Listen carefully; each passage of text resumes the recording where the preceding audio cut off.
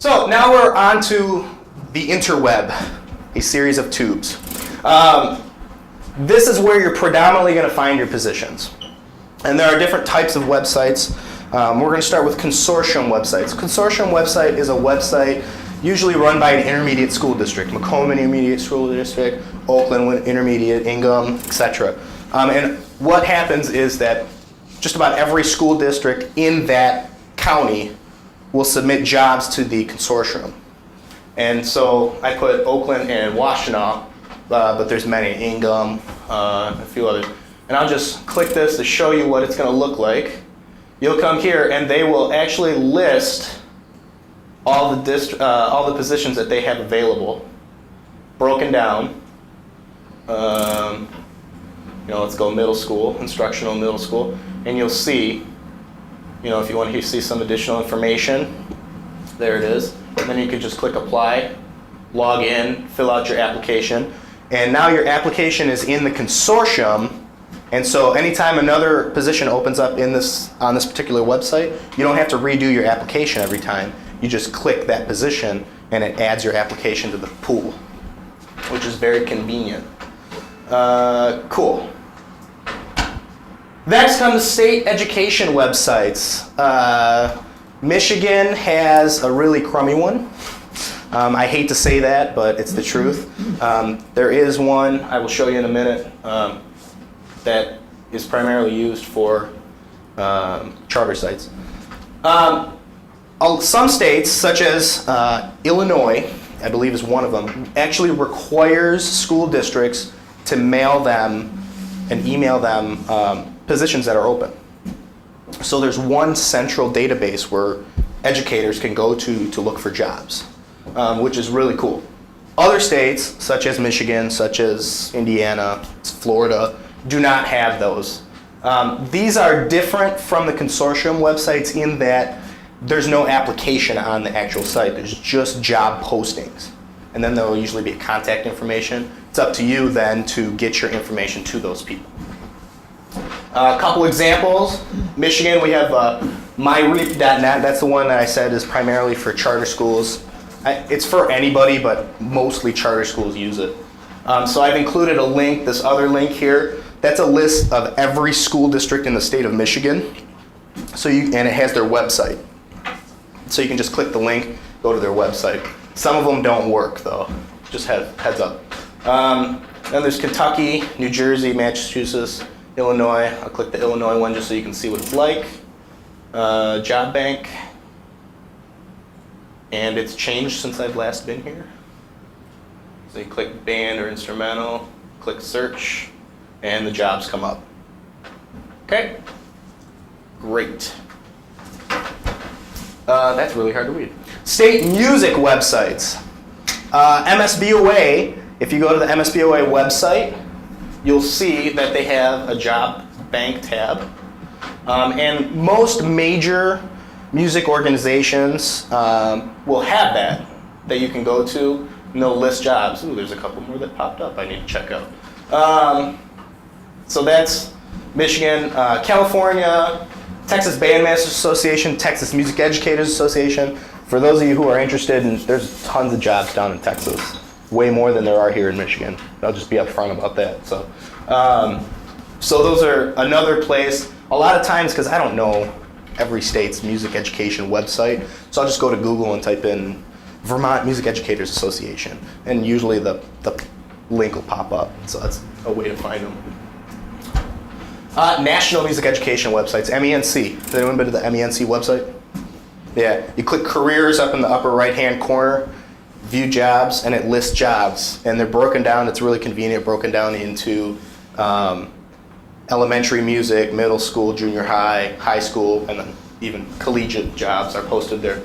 And then Midwest, this is relatively new, but the Midwest Clinic now has a job bank on their website that you can visit and search for jobs. That's really convenient because they created a system where you can actually communicate with each other.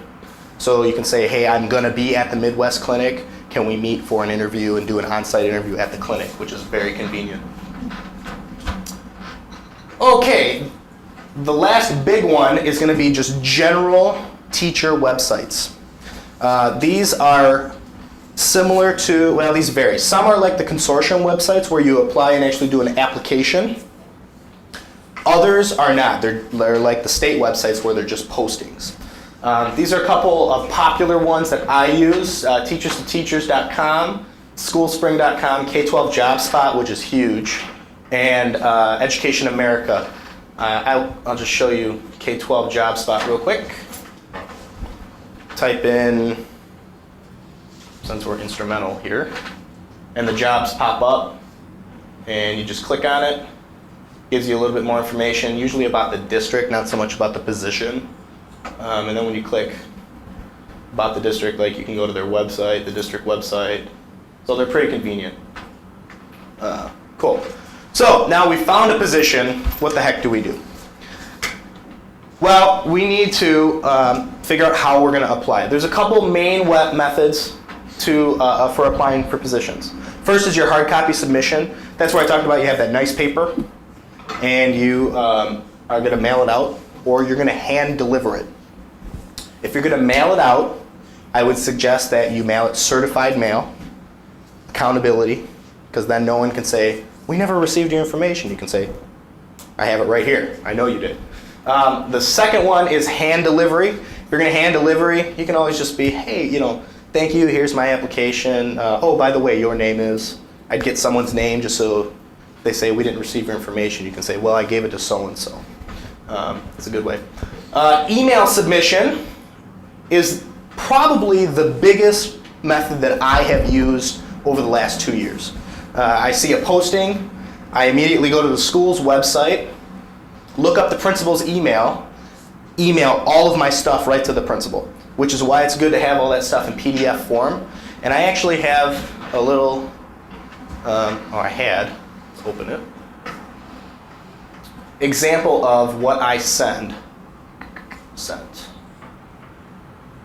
And that is, if I can find one, here we go. There you go. You see I send out, here's my cover letter, resume, 3 letters of recommendation, my certificate, plus my list of references. And then I just do a little short cover letter within the email, just kind of introducing myself to the principal so they're not like, hey, who's this person that's randomly emailing me? They get a little brief tidbit about me and the position that I'm applying for, and then they can conveniently just go to my documents right from the email. That's, like I said, that's my #1 method that I've been using lately. Last is the website submissions. That goes back to that consortium thing that I showed you guys before. All right, that's all that is. All right, so now we've applied for a job, we've looked for jobs, we've applied for jobs, and now I get a call for an interview. Holy cow. I put a little quip here. You will usually receive your call from the secretary. So everyone knows here that the secretaries and the custodians run the building, right? Yeah. Okay, yeah, okay. So you receive it from the secretary. She'll say, hey, can you come in for an interview on Saturday night at 3 a.m.? And you're like, oh man, that's really cutting into my bar time. But sure, yeah, I will be there. All right, never turn down an interview. All right, your interviews are going to come in 2 main types. #1 is the phone interview. Those are mostly long distance. I usually cut off at 6 hours. If I have to drive more than 6 hours, I'm going to ask for a phone interview. Okay, I did do once, for those of you if you're interested, an 8-hour drive interview, hop in the car and drive 8 hours back home. I will never do that again. That was miserable.